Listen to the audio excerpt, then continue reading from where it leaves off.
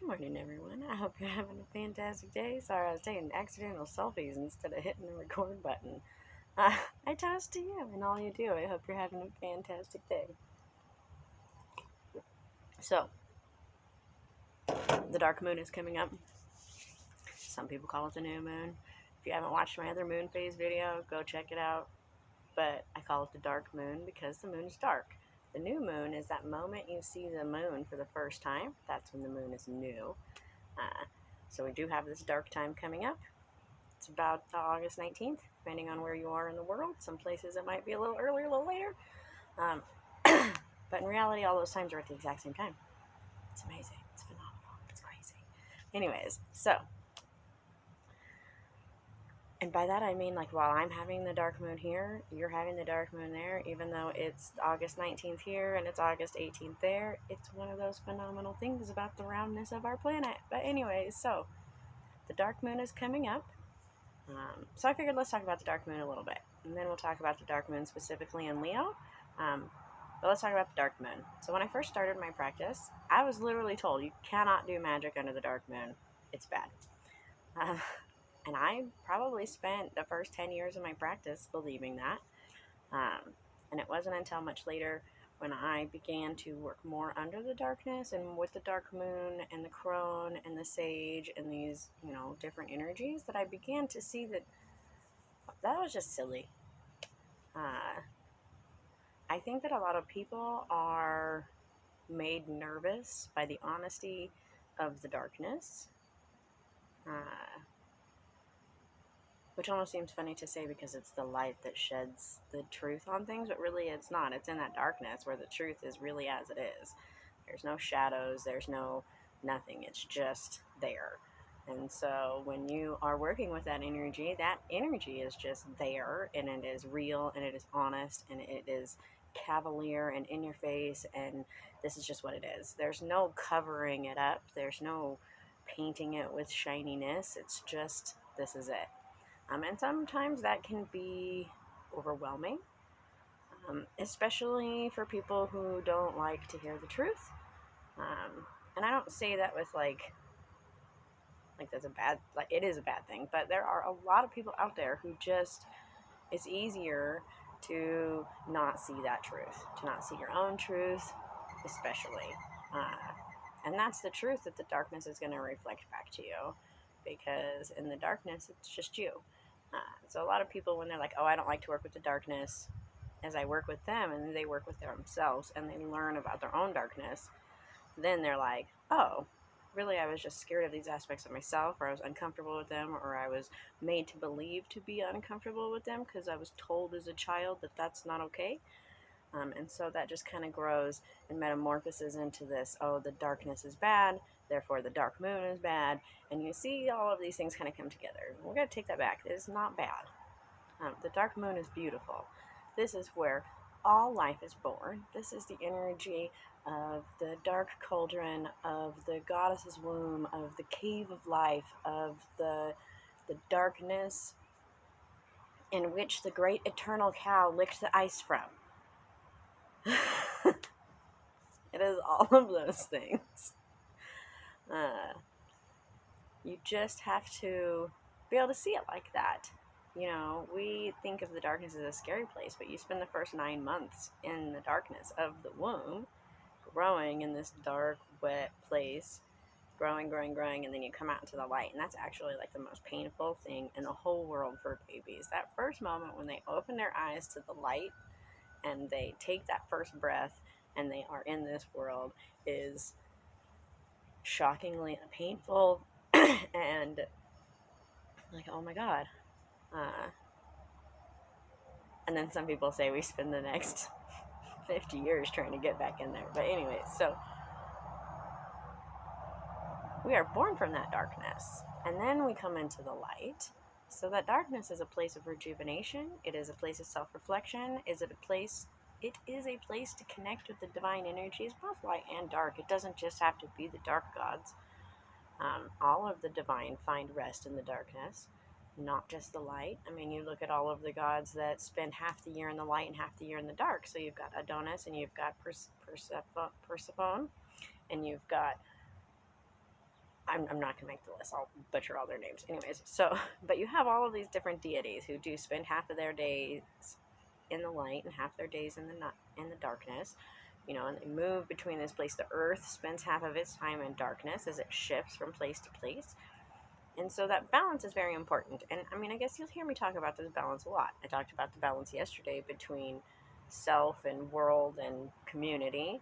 And today it's between you and the darkness. And you have to be able to find that balance in the darkness so that you can take care of yourself, so that you can reflect on yourself, so that you can communicate with the divine and grow from their wisdom that they have to share with you. And use the dark energy and the dark times of the year and the moon to connect with yourself and to understand yourself and to know who it is that you are and who you want to be and what you want to do in the future, like where you want to go, where you come from, and all of those different kind of things. It is in the darkness in which we see those. So don't be scared of the dark moon. If you feel it necessary to start working with the dark moon more, like a little bit at a time, I guess, like little pieces, do meditations under the dark moon. This is the prime time to do meditations. The energy is great. The Crone Goddess is really helpful at meditation and can really help you focus and ground and center and just clear your mind. And remember, you're not trying to think of nothing. You're trying to be present in that moment. And when you're present in that moment, sometimes things will come from the divine or from inside or from wherever, and you just quickly play it out and move on to what's next. I was talking to somebody the other day. She was telling me, I'm sleeping and it just keeps telling me to get up and type this. The universe is telling me to get up and type this. I'm like, well, why didn't you get up and type it? She just gave me a look like, why would I do that? Well, get up and type it. Write it down. If you have that urge while you're in meditation, do it. Don't fight that urge. That's something coming through to you to tell you. And so write it down. Let that energy come. Let it come through you. Don't make meditation this stringent, hard thing where you're like nothing, because that's counterproductive. What you need to be doing is being present in the moment. So the darkness is a great time. It's still warm enough where you can go out at night and just go sit out under the dark moon and be present in that moment. Relax, feel the energy, and be present. And see how long you can do that. And every time you do that, if you did it under every dark moon, eventually you'll get to the point where, one, it's really easy to get into that state because you just sit down and you take your breath, and then you are in that moment. And also, you can do it for longer. Your visions or whatever may be coming to you become more clear. It's super good for your overall body, like emotionally, physically, your endorphins, your hormones. It really helps to regulate a lot of those things. And that's scientifically been proven. So I'm not just pulling that out of thin air. Like, there's been a lot of science that shows if you meditate on a regular basis, it helps to relieve stress, bring down your serotonin, or bring down your cortisol levels, bring up your serotonin and dopamine levels, help your neurotransmitters regulate themselves out, and put you into a state where your brain is not so fight or flight. And that's really important because we don't realize, but that fight or flight comes from way back when we were being chased down by, I've almost said dinosaurs. When we were being chased down by lions. And so you really needed that fight or flight. You needed it to survive. And that's why you've survived to this point. If you didn't have good fight or flight, your family would have died a long time ago. You would have been eaten by lions. And that would have been the end of it.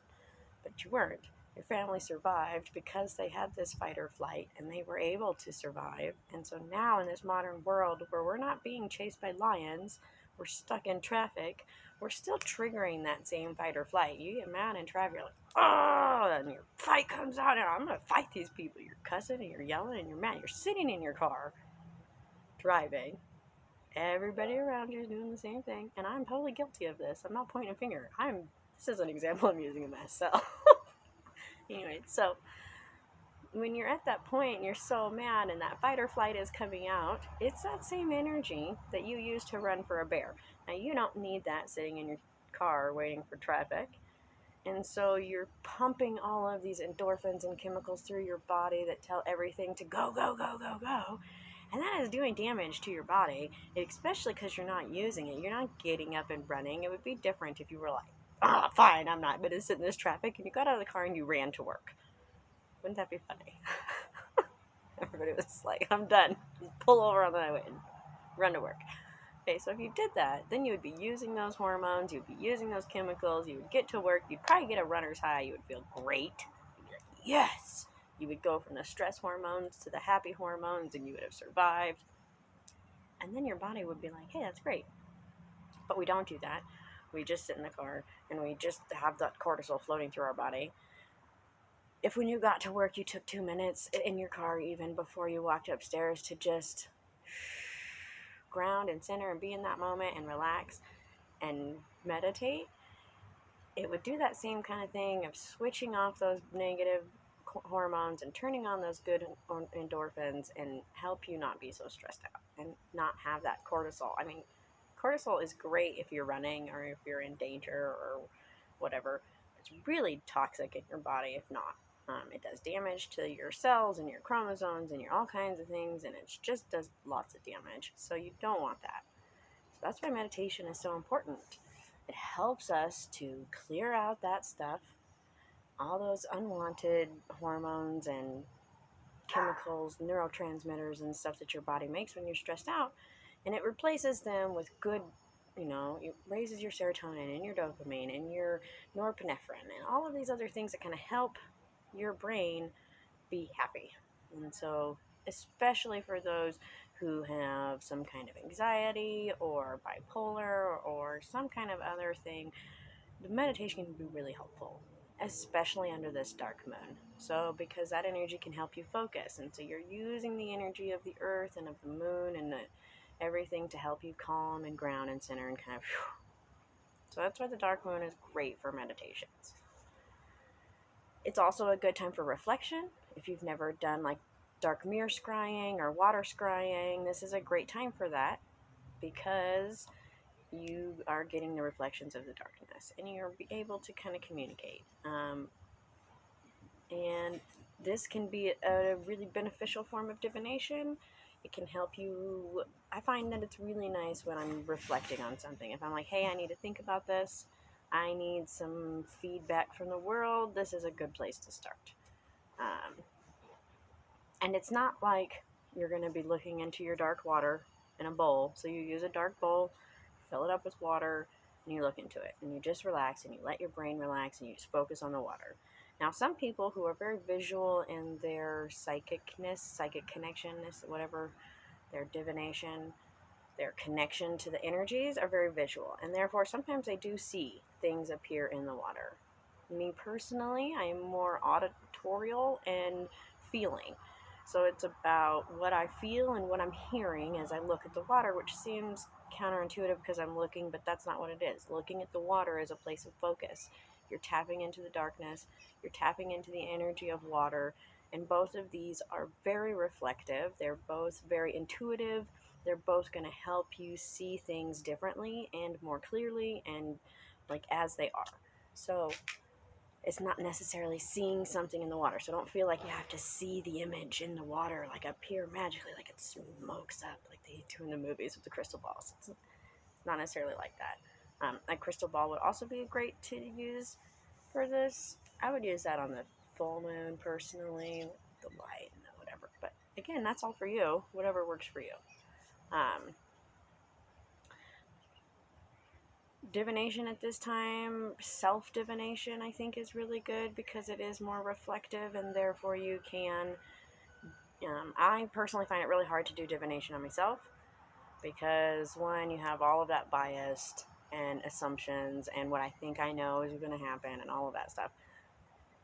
So this is a good time to do those kind of readings because then you're going to get more of that honesty. It's actually why I started working with the fairies. When I would do tarot, it was too easy for me to get the cards that I was assuming I was going to get. Like I could just make it happen, I felt almost. Like either that or I just always knew what cards I was going to draw before I got it. I don't know. It was one of those weird things. So I stopped doing the tarot, and then eventually I ended up with a fairy deck, and I work with the fairies. And so they are very, very honest, very cavalier and blunt, and all of the things that I love about them. And my bias, if I come to a reading with the fairies with bias, they come back at me with some smart aleck thing, like, oh, you think. But so this is a good time for that kind of divination, because then you're seeing that reflective nature and you can really internalize that and meditate on it and kind of see where you're meant to go. And connecting with the crone or the sage, this is also that kind of time. The crone goddess is the grandmother goddesses, the sage gods are the grandfather gods. They're not all necessarily dark gods, and keep in mind that, like, the Holly King is a dark god, even though he's joyous and bountiful and all of these things. It's kind of, anyways. So these are the kind of deities that you can meet in the dark. I mean, you can meet with all deities in the darkness. It's just that kind of time. So if you have any questions on that, let me know. I'm going to take just a couple minutes to talk about the specific dark moon in Leo, and the energy of Leo and what that brings to the moon. And then if you check out the Iowa Pagan News, I will have a blog up there soon on, it just, out of my brain. I had a spell or a meditation or something that I have written for this. Literally just poop out of my brain. Anyways, so I will have that posted up there soon. It's waiting on its final edits. Anyways, so Leo is this masculine leader, exuberant energy that is just grand and beautiful and flowing forth. Whenever I envision Leo, I always see the lion glowing, like it is pushing forth that energy, and it is like, oh, I don't even know what word to put there because it's not a good enough word. The energy is just flowing forth from it, and it is a leader, and it is a community member, and it is a father, and all of these kind of energies that kind of flow together. And so when it comes with the dark moon, this can be an even more great reflective time, because this is that fatherly energy that is loving and kind and giving and wants to teach you to be the same kind of leader. I might get some flack for this, but I really see the energy of Mufasa from the Lion King as a good embodiment of that Leo energy, of that noble, you have to do what's right. You have to do it for your people, your town, your world, your everything, and do it from the heart. Leo is a big heart sign, so you got to do it from your heart. And so when you use this energy and the dark moon to reflect, it kind of gives you this great energy to reflect on yourself, to reflect on your ideal self, to really think, is this ideal self who I want to be? Is it realistic to think about your goals and plans? Do you want to be a leader? Are you looking for this new job? What are your ambitions? Leo really really encompasses that motivation and that drive to succeed and your goals and all of that kind of stuff. So as the two come together, this is a great time, like I said, to reflect on your ideal self, to reflect on your goals, to reflect on, right now with the energy coming to an end, and we're about to come to the first, we just went through the first harvest, we're about to come through to the equinox. This transition time is a great time to really reflect on all of the things that you've done and your goals, and how that all aligns, and what you need to do to finish up the rest of those goals, to get ready for the next season and the next year and this change in the cycle. So I hope that you learned something about the dark moon.